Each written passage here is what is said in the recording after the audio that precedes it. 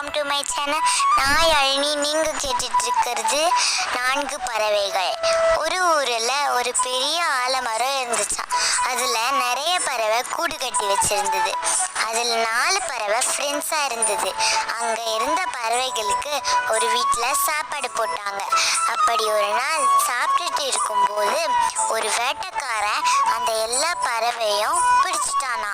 அப்போ அந்த வேட்டைக்காரன் சாப்பிட்டு வரலாம்னு போனானா.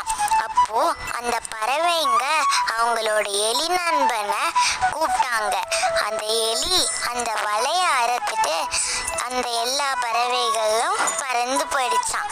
தேங்க்யூ.